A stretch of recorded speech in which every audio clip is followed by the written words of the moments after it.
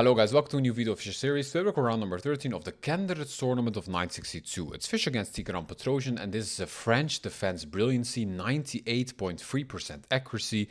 Basically, Petrosian will show you why he went on to win the Candidates and become world champion. So let's see what happens. Fischer has the white pieces and he starts with e4. e6 by Petrosian, the French defense, d4 and d5. And during the 20th century, the classical French was very popular, which happens after knight c3 and knight f6. And here the main moves are either bishop g5 or e5. Fischer plays bishop g5. And this position has been seen in round number 8 against Paul Benko, and Paul Benko played d takes e4 against Fischer. Fischer took the pawn, and the game continued with bishop e7, bishop takes, and knight f3.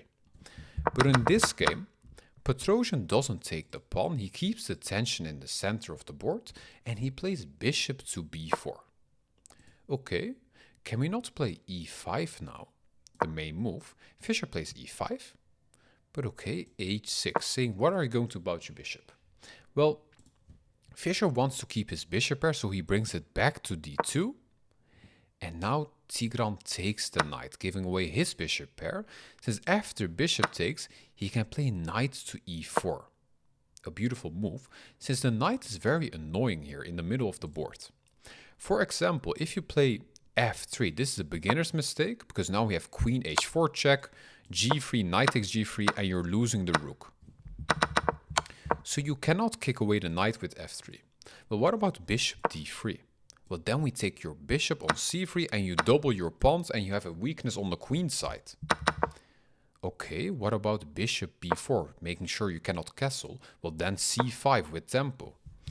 So it's really hard to find the best move here. According to the engine, bishop d2, c5 and bishop e3 are the main moves here. But why would you move your bishop so many times in the beginning of the game and do nothing about your king's safety? So, okay, here Fischer plays bishop a5, and after bishop a5, simply castles by Petrosian, saying what is your bishop doing here on a5?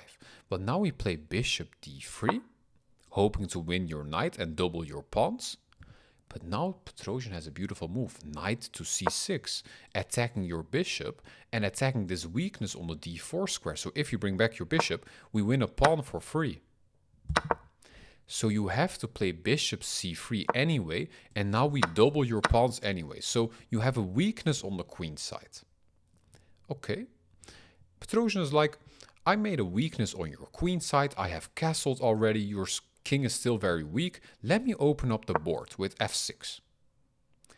Fischer's like, okay, let me play f4, f takes e5, f takes e5, and now knight to e7, rotating to f5, making way for the c5 push.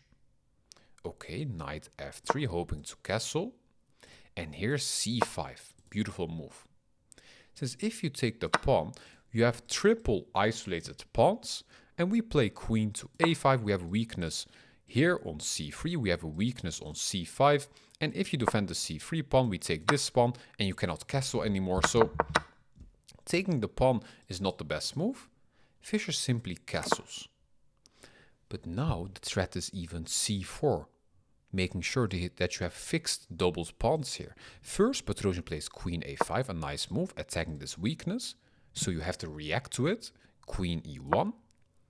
Now he brings out his bishop, connecting his rooks. He's not rushing with c4, but now the threat is c4. So Fischer plays c4 himself. Queen takes, rook takes, and now taking the pawn. So Petrosian is up a pawn. And now an interesting decision. Should we take the pawn and allow b5? Something like bishop d3, c4, bishop e2. And this could become annoying with 3 pawns against 2 on the queen side. Or, and that's what Fischer plays, play bishop e4 and have pressure on this pawn. Since you cannot push it, then you're losing the rook.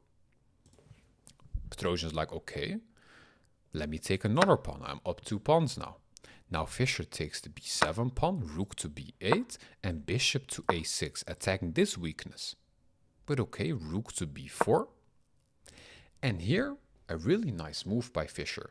I mean, most players here would be like, I'm down a pawn, let me take this d4 pawn. But if you take the d4 pawn, black has the initiative with rook f to b8. So the little difference here is that after rook to d1, if you play rook to b8, now we take with the rook, we have pressure on your bishop, and now white has the initiative. So for example, bishop to b5, bishop takes, rook takes, and now the game could continue with a3. So that's the little difference here. Fischer plays rook a to d1 first. And Petrosian is like, okay, I'm going to lose this pawn anyway, let me push it. C takes d3, C takes d3, and rook takes d3. And now bishop to c6, a beautiful move. Double attacking this knight. Fischer's like, okay, let me play rook to d4, since if you take the knight, I will take your rook. So here, rook takes and knight takes, getting out of this double threat and attacking your bishop. So if we look at this position, it's pretty equal actually. It's both equal material. We have two bishops, two knights, equal in pawns, two rooks. What is the little difference here that the engine thinks black is a little better? Well, if we look at the difference, it's mostly the pawns in the center of the board. We both have light squared bishops. And usually when you have only a light squared bishop, you would like to have your pawns on dark squares so you can move around it. But in this position, the board is already opened up. There are no queens. So here it's better to have a light squared bishop with a pawn on a light square to have this outpost. And we can never have an outpost since we have a light squared bishop. We cannot come to d6 or to f6. So now Petrosian is also attacking the a2 pawn. Here Fischer plays a4. But that's a little inaccurate because now we have rook to f4. Attacking the knight, attacking the pawn behind it. Okay, can we not simply defend the knight? But now we lose a crucial defender of the e5 pawn. So knight to g6, attacking this weakness. And we cannot defend the pawn since we have a light squared bishop. Okay, bishop to c8. Double attacking this pawn, but simply king to f7. Double defending it. Now a5, knight takes e5, and a6. But is this really a threat? It's blocked by the a7 pawn. So, okay, what now? After a6, rook to g4, threatening winning this pawn, rook to d2, and knight to c4. Tigran's playing a beautiful game. Well, here giving a check, but it doesn't really matter. The king wants to go to the center of the board anyway. Control this pawn, maybe come to d6 later on. And now, knight to b5, hoping to win this pawn. And in this position, Tigran actually plays the second best move. He plays knight to d6. So let's have a look at the best move then. That's knight to e3, just giving away this pawn, having triple pressure here. It says if you take the pawn, obviously we cannot take it. We play rook to b4, caging in your knight. The knight is trapped here. The bishop is trapped. So the threat's also coming in here, right? So h3, rook b1 check, king to h2, knight f1 check, king to g1, and knight e3 check, king comes up, and now something like h5, h4, and black has no moves. Both of his pieces are caged in here. So that will be the best continuation. But okay, we saw knight d6, still also one of the best moves. Here an interesting decision. Should we take the knight? That's actually what Fischer plays. Or should we take the pawn? But then we get caged in again. The knight cannot come out. We're threatening winning this bishop. This is probably what Fischer didn't like.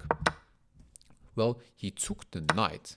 And after king takes, he played bishop b7. But now simply bishop takes, pawn takes.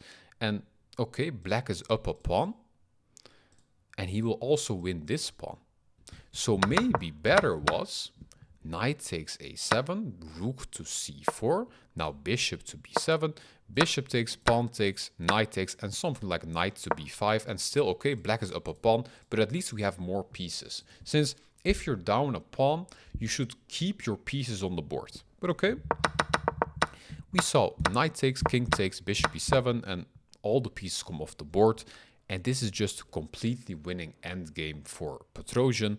The game went on a bit with h3, rook to g5, rook to b2, and king to b8, king to f2, rook to d5, king to e3, and rook to d7. But there's nothing you can do. King to e4, rook takes, and rook to f2. And after playing rook to f2, Fischer actually resigned the game since he's down 2 pawns and there's nothing you can do in this position. I really hope you liked this video. If so, please like, subscribe, or comment, and I'll see you on the next video. Bye bye.